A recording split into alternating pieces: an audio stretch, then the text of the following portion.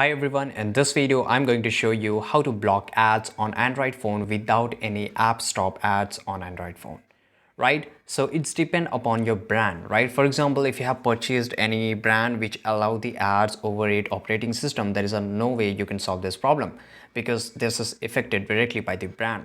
But if you suddenly started to get this problem, then there's a solution which I'm going to show you.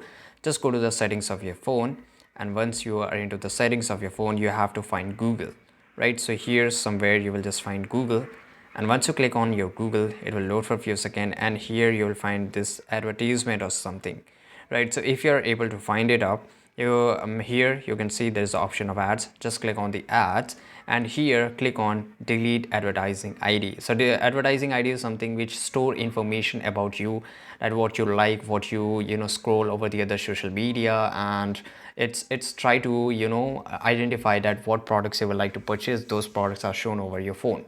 So make sure you just delete this advertising ID, and Google will doesn't get any info, and they will stop advertising in your phone. So this is the only way to stop advertising, and there's another way. You can just use such apps which doesn't allow advertisement, for example Brave browser or something, right? So this helped me a lot. I hope you found this video very useful. If you did, subscribe.